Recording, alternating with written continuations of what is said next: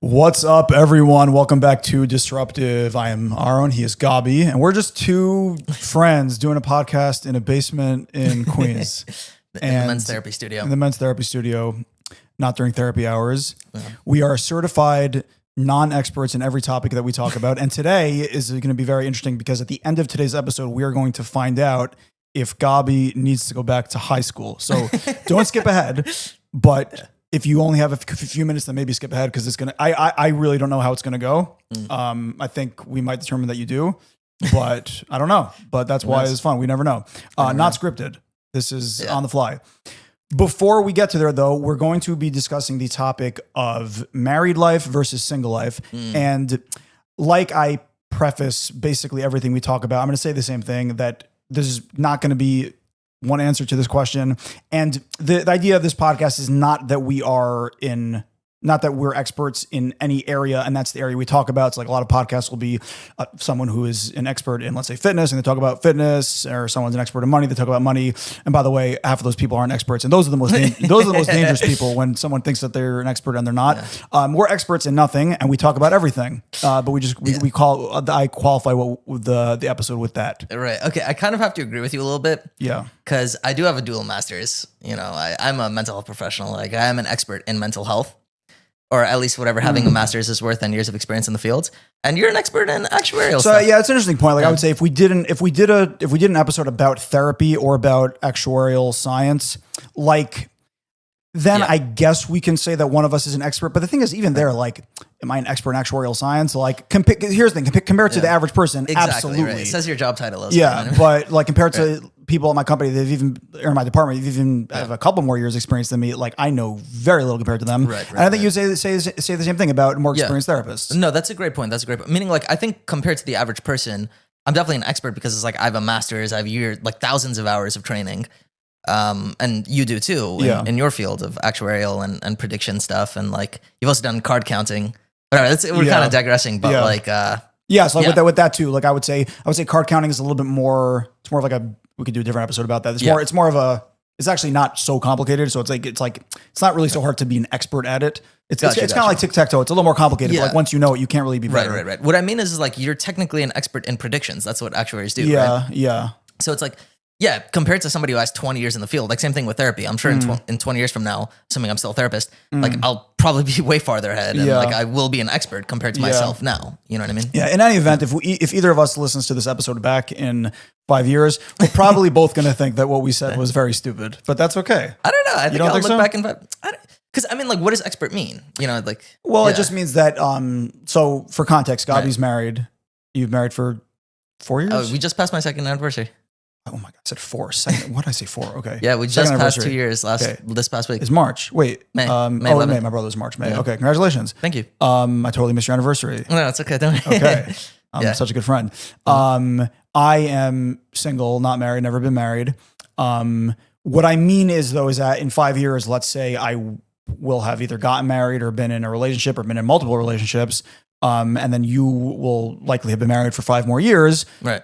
So that's a lot. Both of those things are a lot, to the point where, like, you know, the points we say today are based on where we are right now. That's a great point. Yeah. Oh, that's what you meant. Meaning in 5 years from now, the things that I'm going to say. Exactly. Okay. Meaning the stuff about marriage. Yeah. Which is why podcasting is a strange thing to me, because I almost don't want to record anything that I say. You know what I mean? Because it's like, I know that at a certain point in the future, I'm going to be like, man, I was such an idiot back then. Dude, I hear you. And I feel like the internet also had this issue maybe a few years back where, like, this was a thing where people would take something somebody said 10 years ago and bring it up as like, oh, look. Now I think people are coming towards the idea of like giving people a lot more grace. Like, we're at where we're at right now. We're speaking our minds right now. It may very well change in 5 years. It may honestly be wrong. Like, you know, And but like that, like, I think what I said, I think we could both buy into, but at the same time, like, we're both a lot wiser and smarter than we were 5 years ago. Yeah, exactly. And 10 years ago. Like, I mean, I don't know. For me, I don't know. I guess other adults do this. I look back at things that I've done or decisions I made or like things I used to think, and I'm like, man, I was so stupid. Dude, yes. So stupid. You know, sometimes it's hard for me to even look back at old videos Because I'm just like, you cringe. Yeah, it's cringe. Yeah, It's I mean, cringe. and I mean, now we're pretty off topic, but going back to the show you did a couple weeks ago, Right. and you were very hard on yourself in your comedy set. Oh, dude, if yes. you keep at it, Right. and regardless of if you ever become a really good comic, you're definitely going to get better. I mean, even now you're looking at it and cringing, but then you're going to be like, man, I used to be so bad and I got so good, you know? Right, right. Just to fill the audience in, I did 2 stand-up sets. So those are my first 2 actual sets. Like I've done some open mics, but this was like a real show. And honestly, bombed. even if you go next week, let's say, and have a set that you thought was very good, even then, and if you keep at it, eventually, if you keep at it, you'll look back and that'd be like, man, I was awful. Exactly. You know what I mean? It's really, these things are relative. And I think it's good to admit that instead of being like, oh, I'm so good at this, or this is like, no. Oh, for like, sure. You know? Yeah. But you could acknowledge that you're good where you're at now. You know yeah, I mean? No, you like, can. Yeah. But like, even when it comes to, I would say, actuarial science, like you said, like, yes, I would say I'm an expert compared to most people, but like compared to you're literally making a living. But compared to but like compared to like the VP, like my department, who's like my boss's boss, it's I can't even. You know what I mean? I can't even hold up like a poll to him. It's like I'm just hoping to like glean a little bit from his expertise. Like just, you know what I mean? Yeah. You know, so this is the interesting thing. We're going way off topic. Yeah, no, so that's good. I like it. Maybe I have to edit this out, but there's something called the Peter Principle. You heard of this? I don't think so. It's fascinating. Somebody was telling me about this recently. The Peter Principle is the idea that you will rise to the level of your incompetence. So like what that means is that somebody might be an amazing actuary, right? So they get promoted to be a manager. Yeah. And they're still only an amazing actuary, but they really suck at managing because it's a whole different skill set. Oh, yeah. Right? And then the person that will get promoted past that is the person that's that's good at managing plus good at actuarial. Then they go to whatever the next level is, right? And so like this idea is like you will eventually stagnate. And dude, this idea is so fascinating in therapy because you have so many therapists that they might be amazing therapists, but to really get ahead, it's like, do you have business skills? Can you understand insurance as well? Do you understand like different CPT codes? Do you understand how to hire somebody and manage an intern? Right? Because that's the only way to grow as a therapist. So it's like you could be an amazing therapist, but like in order to really grow and expand and be successful in the field, do the types of skills that you really need, the entrepreneurial skills that are not really taught in school. You know, that's what really will help you rise. So it's like when we were talking about this conversation about experts, like you think about your VP and I think about like what other skills do these experts that we look up to in 20 years from now, like what do they actually have that they learned along the way or just had naturally that we don't? You know what I mean? Well, I would say like in your case, I assume there are times, and maybe it happens often even, where you see a client maybe for the first time, maybe 2 times. And if I ask you like, how confident are you that you can help this person? Like there's probably a lot of times where you say like, I don't know, like I'm trying, but you know, and then I assume with experience in 5 years from now, you'll be like, okay, I've seen that like I'm good at dealing with these issues, or like clients that the first few sessions go this way. Like then I have experience that these we make progress here. Yeah.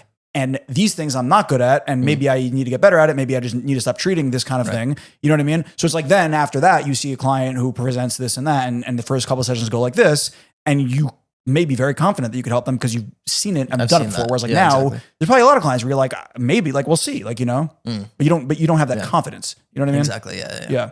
Well, okay. So just to get us back on track, so just to go back, the question is not, should you get married? Should you not get married? That's a stupid question. We're just going to talk about the pros and cons of being single and being married as a single person and as a married person. Exactly. So I have to start real quick by saying that we actually recorded this episode topic a year ago when we first were doing Disruptive. And we weren't, for whatever reason, we put it down. Why did we put it down? Just like, why did we stop? Yeah, it was because we had like issue with editing and we were both busy. Yeah, we just fell on our faces. Yeah, we just kind of. But now that you moved back here, we picked it back up, which I'm so happy we're doing. So I'm really excited to do this again because that was actually a great episode, but we just never ended up posting it. Yeah. So it's funny that you say that because I was saying a few minutes ago that we'll look back at this and so it's like we can literally listen, we're not going to post it, but we could. I'm almost certain. I mean, a year is not that long, but even still. No, dude, I was cringing from a year ago. Yeah, it was more than a year ago. It was before I got my license. Yeah. It must have been 2 years ago. It was. Yeah, even that amount of time. Right. Yeah. Okay, so what are some of the pros of being married? Pros of being married. The number one pro is consistent sex. I would say. Okay. It's such a bad example, isn't it? Like if my wife heard me say that, it would just be like really ridiculous. Like that's the pro marriage. No, I wouldn't say that is, but that is a really big deal. I think it just, I know for myself, like as a single person, and I said this example, I think before, but, I feel that society is very sex obsessed, and kind of like when you don't eat for a long time, you start getting like food fantasies. Yes. Like, oh, I'm dreaming about this burger. It's so good. And it just kind of becomes like this mental obsession. It's the same thing if you really don't have a girlfriend where you're having consistent relationship with or a partner. And it gnaws at you. So being able to have somebody where you're consistently intimate with, you're not absorbed by this just physical thing. You could actually focus on like things that maybe matter more. You know? But you know, that's probably not even the biggest pro. The biggest pro is companionship, I would say. It's kind of the way I think about this sometimes is that I think it was I was back when I was into Ben Shapiro. I'm not anymore, but I used to be right into Ben Shapiro. I was watching one of his videos, and he was saying why, and this is why also I don't really watching these people, is because like I feel like they talk about things that. So kind of like what we're doing, except that's why I always qualify as like, we're just talking. Like, these are just ideas. Yeah, I would never say like, you should get married young or you should not get married younger. Right. It's such a personal decision. It's such a personal thing. It's, you know, I would never say something like that, but he was making some kind of argument of like, the reason why it's good to get married young. And his point was that the older you get, the more hardened you get, the more opinionated you get, you know, the more developed you are. Right. Yeah. So it's like to find someone that's compatible with you, with what you want is a much finer thing. It's like they have to be this and then, but they can't like that thing. And then they have to also have these values and they have to have, but they can't be in this group. You know what I mean? It's like, but when you're young, you're kind of, you're open, you know, I guess I don't know, it's open-minded, but you're more like, you're not malleable. Your life is not as set, you know what I mean? So you're more malleable. So you can kind of, you can couple with another person who's also in that stage and you sort of come together. There's definitely truth to grow that, together, right? Whereas right now, on the flip side, I used to watch this YouTube channel called How to Beast, where this guy, one of these Manosphere people who just like fitness and getting girls and like, you know, the whole thing, money. Yeah. And he was saying how, like the opposite. He was saying, no, it's better to get married older. And he was even giving numbers, which again, I think is so dumb because times change. People are different. Like you can't give a number. Okay, I have but he was saying, it's best to get married like at your low 30s or something like that. And the reason why he was saying is because if you get married too young, the same reason, you don't yet know who you are. So what happens if you grow into a person and you're so different than your spouse that then you're screwed? Yep. Whereas if you would have waited, you would have find out who you are. Exactly. Yeah, and here's the thing, that's true too. And they're both good points. They're both great points. Yeah. And it depends on the person, it depends on the time. Yeah. Right? I think, look, in an ideal world, in theory, I shouldn't say in an ideal world, but like in theory, there were a lot of things that I missed out on from getting married at 26. You know, I met my wife at the tail end of like 25. We did it very Jewish Orthodox style. You know, we only dated for a few months until we got engaged. And then that was only a couple months and then we got married. So, you know, like in theory, I was planning before I met my wife, I was saving up to do a Euro trip that summer. Right. And like, I was going to backpack through Europe. I was going to do a whole 2 months staying in hostels. Like I was planning this whole thing out and I never got to do that trip. You know, that money went to, pay for wedding expenses and other stuff. So it's like, I don't like wish that I didn't get married so that I could do those things, but like there's a sacrifice that's been made. You understand what I'm saying? Yeah. And it's like, yeah, maybe if I would have done that trip, I would have learned some incredibly insightful things about myself that I wouldn't have known, that would have probably changed me in some way. Like travel does that, you know, and other trips that I've had, like I felt like I've been changed and moved profoundly. So like, yeah, I missed out on that. Point is, I don't know, there's sacrifice, you know, like you are sacrificing a bit of yourself to be in a relationship. When that goes, when you kind of lose yourself completely, that's what we call codependent. Yes. Right. But relationships are a sacrifice, they're give and take. Okay. So certainly, I think you kind of alluded to this, but like one thing I'll point out is that now that we're getting deep into the weeds of this, there's obviously a difference between being in a relationship and being married. You know what I mean? So even going back to like the point I was making before about like being like malleable or being set, you know, the way you are, it's like, why is just being in a relationship without being married? Why is that not the best alternative? You know, because then you have the benefits that you were talking about being married in the beginning. You don't have the commitment, let's call it. 100%. So this is the thing. I had my daughter, Sari. Yes. And she's the most amazing, perfect, beautiful thing that's ever existed on earth. So it's like, I would never, like, in theory, like if I could have maybe had her when I was 30 or something, then sure. Like in an ideal world, that might have been the best case scenario. But it's like that's not what happened. And it's like she's so perfect, And it's like I have absolutely no regret about that. But look, like if somebody's asking me, and like we said, there's no perfect right size fits all everybody. I'm like, what's so funny? Right size fits all everybody. Yeah, I didn't even realize you said that. I just slurred the word. But if somebody was asking me, you really have to be in a place where you're capable of making a strong decision of being in either married or in a committed relationship for like having children, I guess. Okay, I'm gonna blow this thing wide open, and okay, literally, like this is like what I've been thinking over the last few days and a few weeks. Why? What's the point in getting married? And I'm not saying I'm never gonna get married, but that's not hyperbole. I really mean it. Why are people getting married? Literally, like today, yes. Where was it? Today, May 2025 was May 15th. I don't. Yeah. Except for that's what you do. That's what people do. Literally, I don't. Why do? What's the reason to get married? What's the point of getting married? Yeah, no, I totally hear you. By the way, I completely. Do you have an answer? So why are people getting married? Okay, that's a great question. Religious reasons, obviously, is right. Is but to me, that falls into that's what you do. Like that's what people do. That's what people do. That's the only reason. Religious reasons. Yeah. But look, barring religion, yes. For me personally, the only reason that I see to get married, so feel free to disagree with me, is to have children. When you do that, being married, so being married is a massive legal commitment, right? Like you're legally binding yourself to this person. There's consequences for getting divorced. There are consequences for being married as far as tax filings, whatever, blah, blah, blah.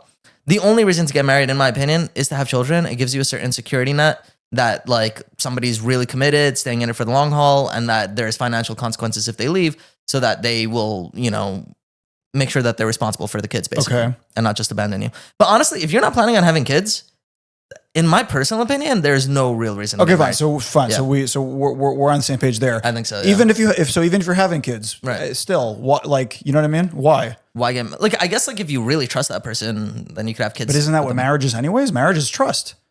I wouldn't say marriage is trust. Marriage is a legal commitment. It is a legal commitment, but meaning like assuming. I mean, obviously there are times where you have a kid without intending to. There are times that you intend to have a kid, but like let's say you're intending to have a kid and you have a kid, right? If two adults that are together are intending on having a kid, they're obviously that's what they want to do. That's their plan. Yeah. And they're assuming that was their plan, that's what they want to do. They're okay with that. So why is it better to be married? To me, the only reason why is because like now you're stuck. Now you can't just leave. Yeah. But if you talk about it before and you both don't want to leave, I mean, like, why should you be stuck? But you're stuck anyways because now you have a kid. So that's gonna be something you have to deal with anyway. Dude, people run away. People abandon their kids. No, I'm saying people do, but I'm saying you can do that. You can do that even when you're married. It's just a little bit harder and there's more complications. It's much harder and there's consequences. Right. So is it like I don't know, like let's say I don't want to eat donuts and there's donuts on the table over there. So I put them on a shelf that's really high. So it'll be harder for me to get them. Is that what it is? It's just like, I'm going to get married because so that if one of us wants to back out of what we decide to do today, we'll be able to do it, but we're making it hard. We're voluntarily making it harder for ourselves. Is that why we're getting married? Okay, so this is a fascinating question. It's a great point. I just finished the book. What's it called? Talking to Strangers by Malcolm Gladwell. Okay, fascinating book. One of the ideas he talked about is this idea of coupling. Are you familiar with this idea? I don't think so. Okay, so in England, they used to use like the gas stoves. I forget which gas does what, but like one of the gases, if it's on, it'll kill you, right? Yeah. There was a high rate of suicide of people basically turning on their gas oven and they would put their head in and they would basically die. Yeah. And England, I think it was to save money, they decided that they're illegalizing those gas ovens and they changed it to a different oven that required a different type of gas that didn't have that same property. And part of whatever their reasons were, trying to mitigate the suicide was not part of it. Because the thinking is that these people are so miserable, they're going to kill themselves. It doesn't matter if we take their oven away. They're just going to jump off a building or drown themselves or whatever. Like meaning they're determined to kill themselves. Yeah. But what they found is that actually the suicide rate went way down. Okay. That makes sense. Yeah. Because it's like we think of it as like, if this person wants to kill themselves, they're going to be so motivated, they're going to do it. But actually, once you take away the means from them, very often they don't do it. Right, to me, that kind of sounds like now that gambling is legalized, people actually are gambling more because now it's more accessible. Exactly. It's kind of changed my mind. I used to think, this is totally getting off topic, but like I used to think that drugs should be legal. Like anytime, aside for the extremely highly addictive ones. But like, I would think any drug should be legal. Like, we're all adults. People should be able to take whatever they want. Like, people drink alcohol. Not everyone's an addict. You know, like addiction. Meaning the substance is not the problem for addicts. It's, you know, the addiction, whatever the underlying cause is that makes them want it or need it, really. So this kind of changed my mind a little bit because I realized, like, no, actually, if you make it harder for them to access it, they're going to find another way. Meaning something else aside for using the substance of their addiction, something else to deal with that problem, right? And it's not like they're going to find a way to get the drug.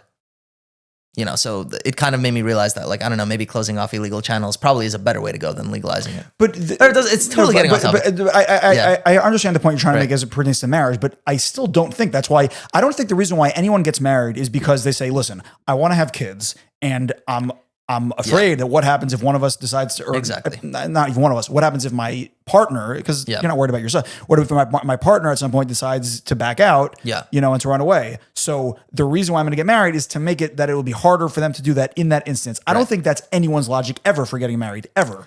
I don't think it is, but that to me is the right reason to do it. But that's not why anyone gets married. I know. If you that's what I'm saying. Right? Yeah.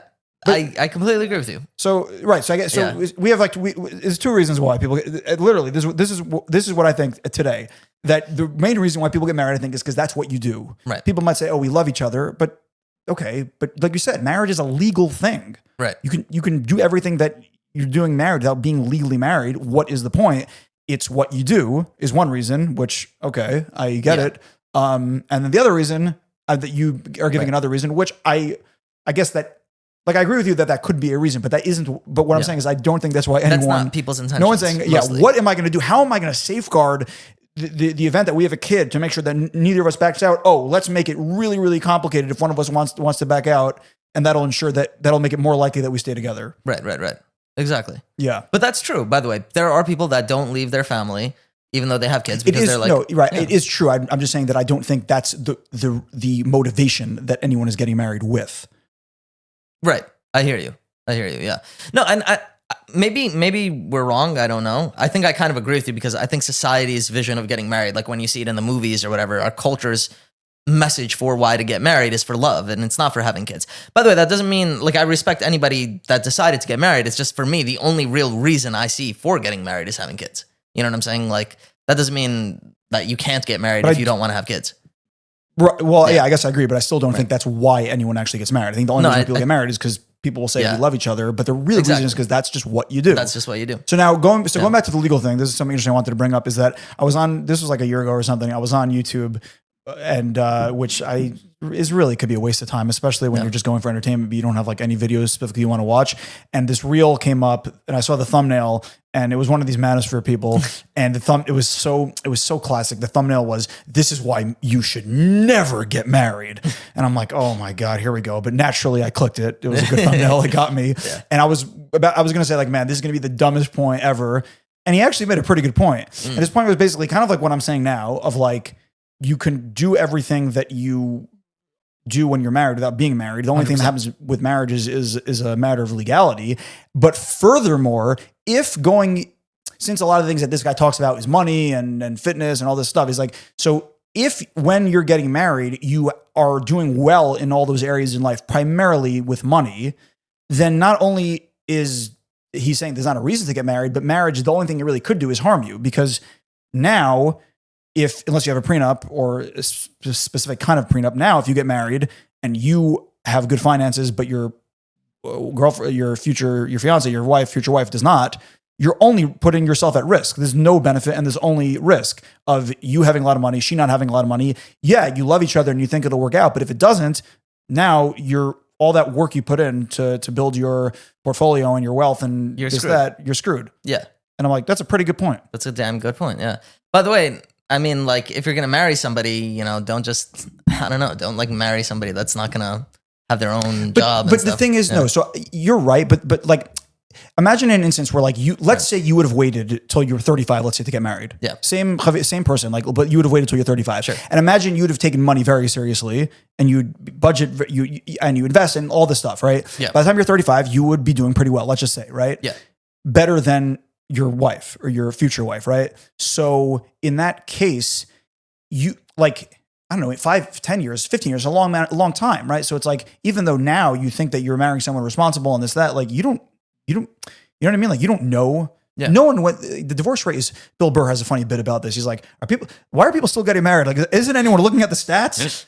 Like more than half the marriages end in divorce. You know what I mean? But no one goes into a marriage thinking that usually, right? Right. So even if you are marrying someone that you trust their financial wherewithal, that doesn't mean that's gonna be the same thing in 5 years. No, I totally get that, man. I totally get that. There's risks, man. There's lots of risks. But I don't know, man. I think if you want to have kids, it's worth the risk. And I think you should want to have, and not necessarily, listen, not everyone should have kids, but like having kids is an incredibly, incredibly meaningful thing to do. And it brings my life, dude, the degree to which having a child has brought my life meaning, it almost felt as if my entire life before I had my daughter was absolutely meaningless. Like literally in comparison to like the level of just like, this is like another human being. Like also, I think even, but I'm just going to judge him for a second. Yeah, Aside for religious and societal reasons, you could have a kid without being married. You could, but you're not really.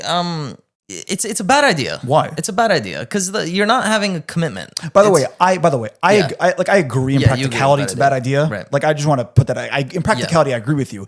But the thing is, though, if society changed to the point where like no one got married, then that would be the norm, and that's just what you do, and then that wouldn't be a bad thing. Yeah, man. But imagine like you have. I don't know the legality of like if you have a kid with somebody, and then if there was never a marriage, like can the girl just take the child and be like, I don't know, you have no proof that you're the father. And I mean, neither of us really know the I don't know the law ramifications, of but I assume there still is going to be a question of custody, even if you're not married.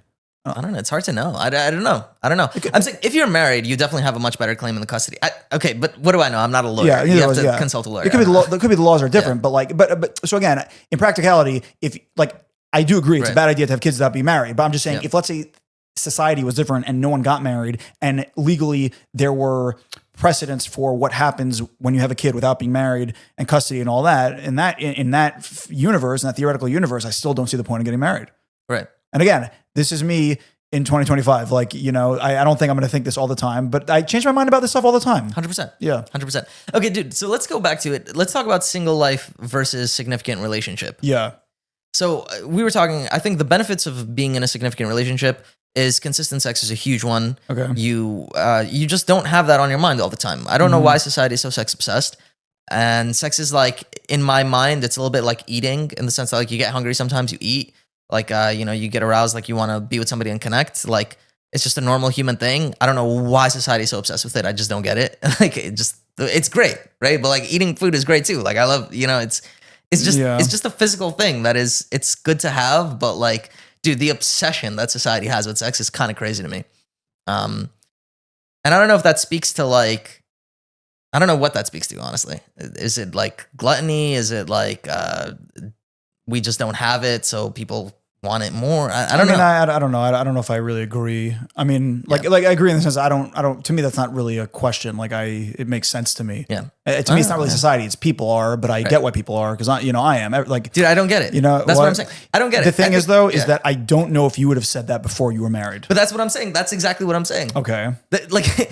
Before I was married, it would be like, yeah, I'm sex obsessed because it's like you never really engage in it. So it's like it's literally like imagine if you eat once a year, you'd be starving, and then all of a sudden you eat like that's the best meal of your life. You know what I mean? Like, if you get it regularly, you're just like, okay, whatever. It's just a thing. It's not a big deal. You know what I mean? Yeah, right. I don't know. I don't know. If but my idea is that you, if that's what you want, which I think is what most men want, to me, myself included, you should work on yourself to the point where you could have sex regularly if you want to.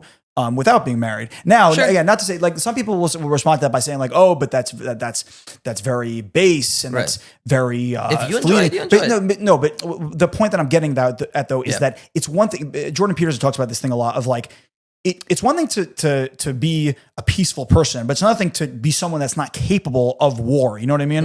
You shouldn't be a pacifist. You should be a warrior and then choose to be a peaceful person, you know what I mean? You need to be right. So you shouldn't. You can't say like, "Oh, I don't have random sex because I think it's immoral or because it's base and because it's fleeting."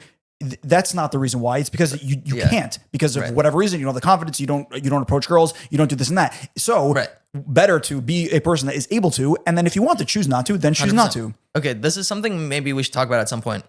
I don't know much about it, But are you familiar with what an incel is? Of course, yeah. Okay, so I wanted to have a discussion with William. I'm forgetting his last name at the moment, but like he's been all around the podcast. I try to get him on my podcast, but he's been speaking as a researcher in the incel community. Okay. Fascinating person. You're right. There's probably a big difference between being like an incel versus being celibate, right? Those are like meaning involuntarily celibate versus choosing to be celibate. Yeah. Two totally different things. Okay.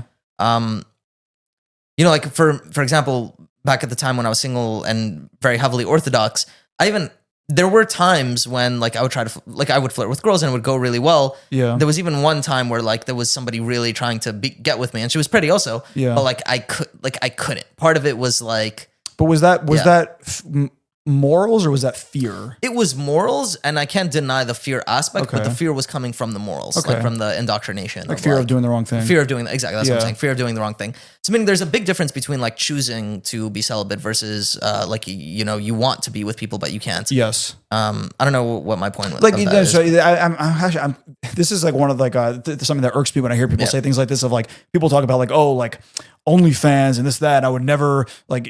It's like, bro, most men they don't have access to a girl that does OnlyFans. You know what I mean? So it's like you can't say that you wouldn't. You know, you can only say you wouldn't if you have the option to, and then you don't.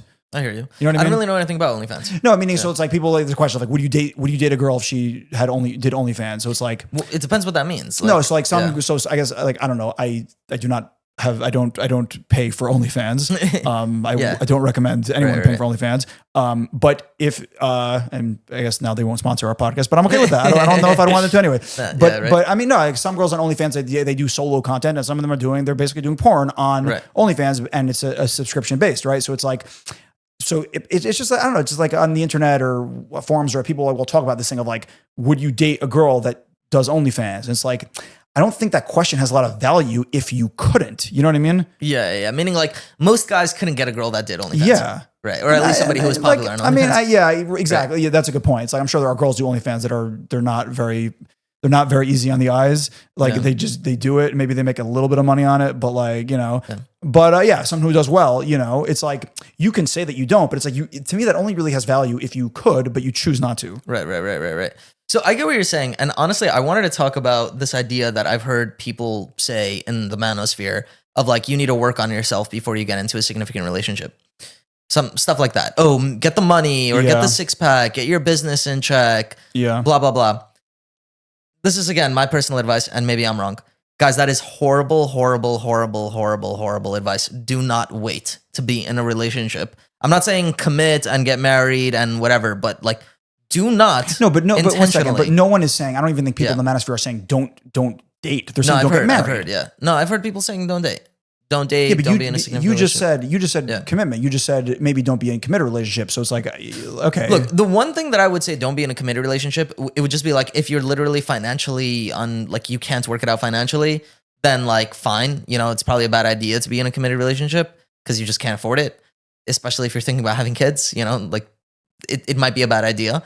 Happens to be there are people that probably make much less than you and have kids. Whoever is thinking about this. Back up a second. I think it's a valid point to say don't get married or be. Committed relationship isn't a big deal because you could just break up. Like I'm not saying that's an easy thing to do, but like you can do it.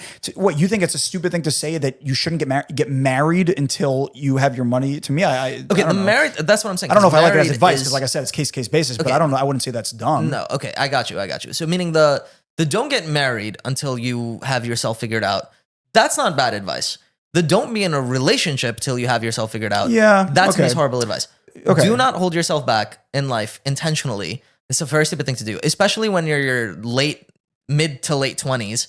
Do not do that. Like that is the time, what's called in Ericksonian developmental psychology is isolation versus, I believe, companionship versus isolationism, something like that. And this is a time when you are really, you figured out your identity to a degree, and now you're interacting with the world and making connections. And especially a interpersonal connection, like a relationship, a significant relationship, is so important. Don't hold yourself back from trying to make that connection because you're trying to get your career in check. Because guess what? You're going to be like 30, 35 by the time things are figured out. A lot of the quality girls that you would have wanted, or guys, are gone. Okay, You know what I mean? I mean, I still don't know if I agree, but I hear the point of Right. like, don't hold yourself back from being in a relationship. But I would only qualify that by saying, because if you end up becoming financially successful and your partner is not, and you realize you could do a lot better, you can just break up. I'm not saying it's easy, but you're not gonna break up with somebody that you I don't love know. because you're Here's in the thing. different economic statuses. Here's the thing. When you're doing well financially, though, your dating pool, it definitely changes. But to me, I think it's fair to say it gets better. You have access to better people. What do you mean by better? Like, you mean the girl's gonna be better looking? Like, I'm saying kind of, all other things equal. If you're doing better with money, all other things equal, let's just say, I think your dating pool will be better people. I don't like that word. I think very often, if anything, if you have higher more money, quality, I prospects. don't know if I agree with that. I think you might have gold diggers coming after you. You will. You might have, I don't know, people that don't actually care about you. Look, I think if you make yourself a better person, then your prospects are going to be better.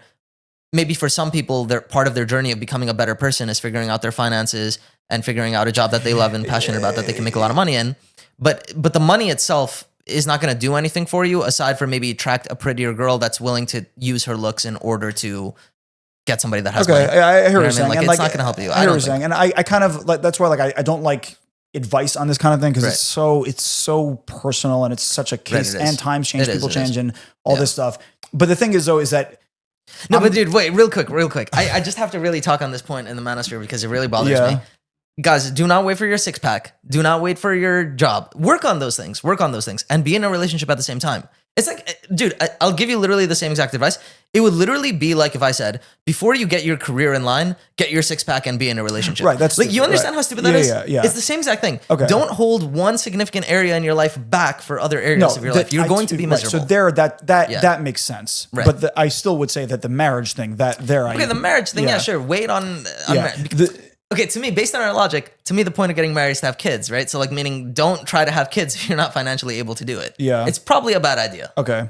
Yeah. And then I'll also say that the weird thing is that, like, for me, it's more of a recent thing that I'm getting into money and learning about money and watching videos about money and just trying to become more financially literate.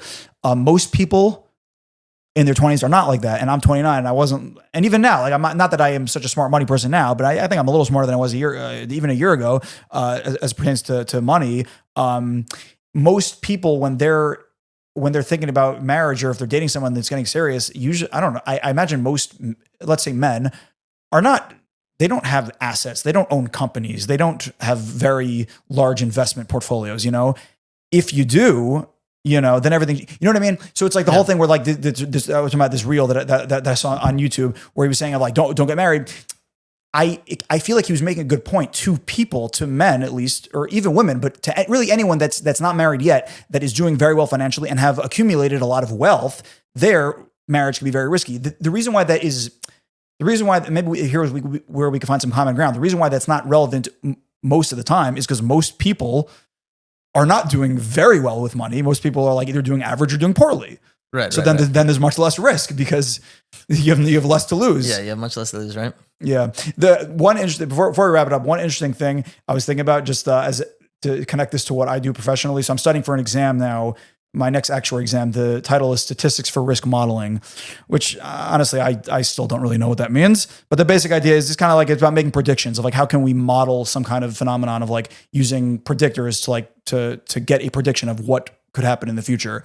So going back to one of the first things I was bringing up about, like, well, if you get married young, the good thing is that, you're malleable, but the bad thing is that you don't know who you are. And if you get married old, you know who you are, but now you're maybe more rigid. It's very similar to a modeling question in actuarial science of there's no perfect model, because some models, basically, I'll try to just say this in as simple terms as I can, even though I don't really fully get it myself. When you use a lot of data to train a model, you can get a model that can make very, very specific predictions. But the downside is that you risk modeling random error. Like, every distribution of anything, any phenomenon, has randomness to it. So the more you train a model, the more specific you fit the parameters so that it can make very specific predictions, you might get accurate. Your predictions could potentially be more accurate, but you're risking modeling for something that is random. And on the flip side, if you don't use a lot of data to train your model and let it make more vague predictions, you don't risk overfitting, because you're not even modeling so much to even risk modeling the the randomness of it, but now you kind of didn't model much at all. Now your just predictions are very vague and are not going to be very specific. That's as in depth as I think. But it's interesting because it's the same question of like, there's no answer. It's like you know what I mean. Like when you go high, it's an actuarial science. When you go high in variance, you go low in bias. But when you go low in bias, you go high in variance. You can't have both. Yeah, you can't have both. It's tough. And I'm sure there probably is a sweet spot for a lot of people, and maybe some people find the right one early. And honestly, there's truth to both ideas. And you're right, it's not going to be perfect. But real quick. So I was saying the pros of being in a committed relationship is, the consistent sex, the companionship is a huge deal. Like I remember being so lonely sometimes, even though I had best friends, I had a job that I loved. Being single, I was so lonely sometimes at night. It was horrible. Being in a relationship, it just feels great. Like I always feel a sense of companionship, and I never feel that sense of loneliness, which is amazing. Plus, dude, split house chores. Big deal. I don't have to cook. Like if my wife works less than me, so like she'll cook and like, split income. Like, it's just, there's a lot more when you're in a team, you know what I mean? As opposed to, plus you could have kids, right? If that's what you want. You're just opening doors, I think. Mm-hmm. I mean, listen, and I'll tell you a bunch of cons. You also close a lot of doors. You close a ton of doors, let's dude. Be real for a second. You close so many doors, dude. You close so many more doors are closed than doors that are open. Even if the doors that are open are better doors, maybe that's true. But you definitely close more doors than you open. No, that's a good point. You probably close. Right. Dude, yes, I can't travel whenever I want. That's when I travel, I have to now stay at hotels. You know what I'm saying? Lots and lots of stuff. But dude, I wanted to hear from you though about what are some of the pros of being single. Okay, so pros of being single are, I think the biggest pro is more freedom. That's in general, almost to the point where maybe sometimes too much freedom, but you have freedom. You have a lot of freedom. Here's the thing is that with all these pros come cons. They're part and parcel. They come with each other. They're not just pros. But I've lived in Texas for 3 years. Now I'm living in Long Island City. And if at the end of my lease, I say I want to go back to Texas or I want to go to Arkansas or I want to freaking live in a RV, I can do that if I'm not married. If I'm married, I might want to do that. Maybe I won't want to do that. Maybe I'll be like, I'm happy where I am and where I live and with who I'm with, but maybe you won't be. So it's like here, I can stay, I can leave. I have more freedom. I can do whatever. I would say dude, I miss that freedom sometimes, man. Another thing would be, as it pertains to sex and intimacy and flirting and that kind of thing, you have more options for more variety. Now you also risk, I shouldn't say risk because this is such a case-to-case thing where it's not really risk. It's like, who are you and what are you doing and how is this going for you? But you can either be very lonely and not have any sexual partners, or you can have a lot of sexual partners, and that might be awesome. Now you might also find it. I'm not at that point where I can say like, oh, I could, and maybe you'll find it cheap and meaningless. But honestly, I don't think most people get there. Most people don't have a lot of sexual partners, but you can. Another thing is, and this would be a primary reason, but like another thing is that like I feel like if I was married, it might.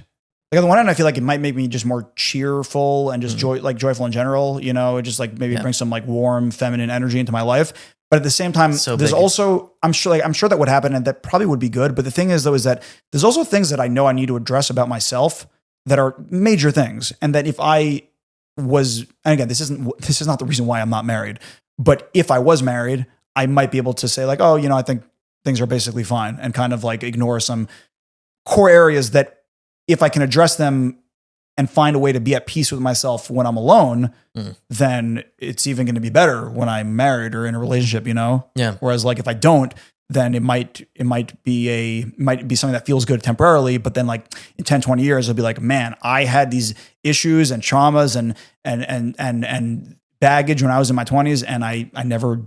Again, this isn't why I'm not married, but now I got to deal with my shit, no one else can do it for me, Yeah. Okay, are you ready to find out if you need to go back to high school? Okay, I'm ready to find out. But also, just one more point, guys: marriage will not solve your problems. Having kids will not solve your problems. Okay, it's so important. But yeah. Okay, I guess I would agree, but I'm not married. Yeah. But I guess that means I think people think that. Yeah, I'm sure you probably thought that to an extent before you got married. The only thing that I thought marriage would the only thing that I really thought marriage would solve would be my loneliness, which that's the only thing it will solve. Okay. You know what I mean? But even then, like it depends where it's coming from. Like if you're really depressed and miserable and anxious, marriage is not going to make you not those things. You know what I mean? I think it's a tendency in general that people will say, when this happens, then I'll be happy. Exactly. And definitely with marriage, people say that because it's like, man, like or not even you might even say once I have a girlfriend or you know, like definitely, because that's such a big change if you don't, you know. Look, and there's positive things that it does. Of course. Right? But it's also has more challenges, and also will be like, it's the classic of like, oh, like once I get married, I'll be happy. Once I have kids, I'll be happy. Once my kids move out, I'll be happy. Once I retire, you know, it's like, you got to be happy now, you know? Dude, that's so beautifully said. Yeah. Am I ready to go? Am I supposed to go back to high school? Okay. By the way, Power of Now, Eckhart Tolle. Have you read that book? Okay, this is the funny thing. I listen to audiobooks when I'm at the gym. Right. So I was listening to Eckhart Tolle's audiobook, and I'm just having like enlightening experiences at the gym. And I'm just like literally like getting like in this. It's a strange choice for the gym. But that book is fascinating. It's one of those books really where it's like, I feel like I read it once, but I feel like if I read it 10 times, every time I would read it, it would be a different book. It's like, it's one of these books that I don't know how, but it contains more than just the words that are in it. Anyways, very powerful.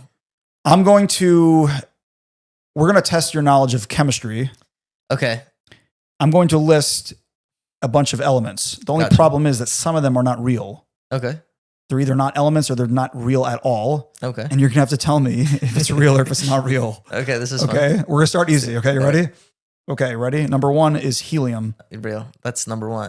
It's 2, I think, right? Very good. Yeah, helium atomic number is 2, He, and it is a noble gas. Okay, number 2 is water. No. Water. No, it's not. Water is H2O. Good. Water is not. Water it's is a compound, H2O. I think, right? Compound, yeah. 2 hydrogen, 1 oxygen. That's why some people call it dihydrogen monoxide, which is really what the scientific name of it would be. Right. Okay, gold. Gold is, I want to say 16, but I don't think so. It's 79. 79, okay. It's 79. Why do you think it was 16? 16 karat gold. That's probably why I came to my mind. Oh, do you know what kind of element it is? I would like metal. Maybe? It's a metal. Yeah, very good. Okay. Yeah. Rhymanium. I'm gonna go with no. Very good. See, I tried to think. I tried. I'm I think that sounds real, but it is not real. I pulled it out of my ass. Not a real element. Ready? Manganese. Manganese is that's a mineral. Very good. Mineral, also a metal. It is Mn and atomic number 25. Mm-hmm. I'm impressed. I did very well in chemistry. Actually, I have a funny story. I took college chemistry, so it's like I'm a little more familiar with this than I thought you would be, but I'm impressed. I didn't think you'd get this far. We only have 2 left, and so far you're perfect. Thanks, man. Okay, ready? Antimony. I'm gonna go with no. I've never heard of that before. Antimony is real. Ooh, it is. Okay. I'm gonna guess a gas. Okay, it is a metalloid. Ah. And it is SB. I think. I'm trying to read my handwriting. It's SB. I don't know. Yeah, probably because of Latin. I've never antimony. Heard of it. I think maybe some people pronounce it antimony, or I think it's antimony. Still never heard of it. It's a metalloid. It's one of the most random elements. Interesting. But What's it real. Is it used for anything? I have no idea. Interesting. That's one that I remember from college chemistry. It came up once, and I'm like, that's a funny name. I've never heard that one before. Yeah, that's funny. And finally, chloride. Chloride. That's interesting. I mean, I know it's like a thing, but this is hard. I'm gonna go with no. It's not an element. Chloride is not an element. So you were 6 of 7. Chloride is 2 chlorines, Cl2. Gotcha. And chlorine is a halogen. It occurs as a gas. It's a non-metal. If you would have told me chlorine, I probably also would have guessed no. Really? Yeah. Really? Because I would have guessed that it's, I don't know, something you put in pools. I would guess probably a compound. Interesting. Also. Okay, so I tried to make it harder, but I guess I made it maybe a tiny bit easier. Chloride is not an element. Okay, gotcha. 6 for 7. Very good. Dude, I have a funny story with chemistry, actually. Go for it. I did really well in chemistry with, you weren't even there. No. It was 11th grade. And basically, I did really well in that class, particularly in nuclear physics. I don't know, I just did really well. And then in the regents, when it came time to take the regents, I knew I was really good. And I kind of was like a little bit insecure. And I was sitting next to this kid who was like a smart kid. And like I was noticing like he was writing different answers than mine. And it just threw me off. And like I didn't even realize, it's so stupid. I changed a lot of my answers to cheat off this kid. But dude, it was different tests. Oh my God. It was different tests, like meaning like it's the same questions, but like different order. Different order, or like meaning on my test, answer A was the correct answer. On his test, it was answer C, let's say. So I changed a bunch of my answers and I failed my chemistry. Did you not know the material? I knew the material. So why did you trust this guy over you? Because this is what I'm saying. I was insecure. And I thought this kid is smart. He should know it better than me. Okay. And so it kind of threw me off. Okay. So, but that's such a funny story. I probably would have done really well on that test had I not cheated. Okay, so next week, friends, we will be discussing the ethics of cheating. Is it ethical or is it not ethical? Yeah, I would say whatever. Never mind. Okay, but for next week, that'll do it for now. Thanks, everyone. This was Disruptive, and we'll talk to you next week. Awesome. We can't end this episode without addressing that we're wearing the same exact outfit. We are. I don't know how that happened. I guess we just woke up with that. This Thursday energy. No, I'll tell you actually, because Khaviva wore jean skirt and blue shirt, and we try to match each other. So I just one of the other benefits of being married, you get to match what your wife is wearing. Exactly, right? All right, see you guys. See you guys.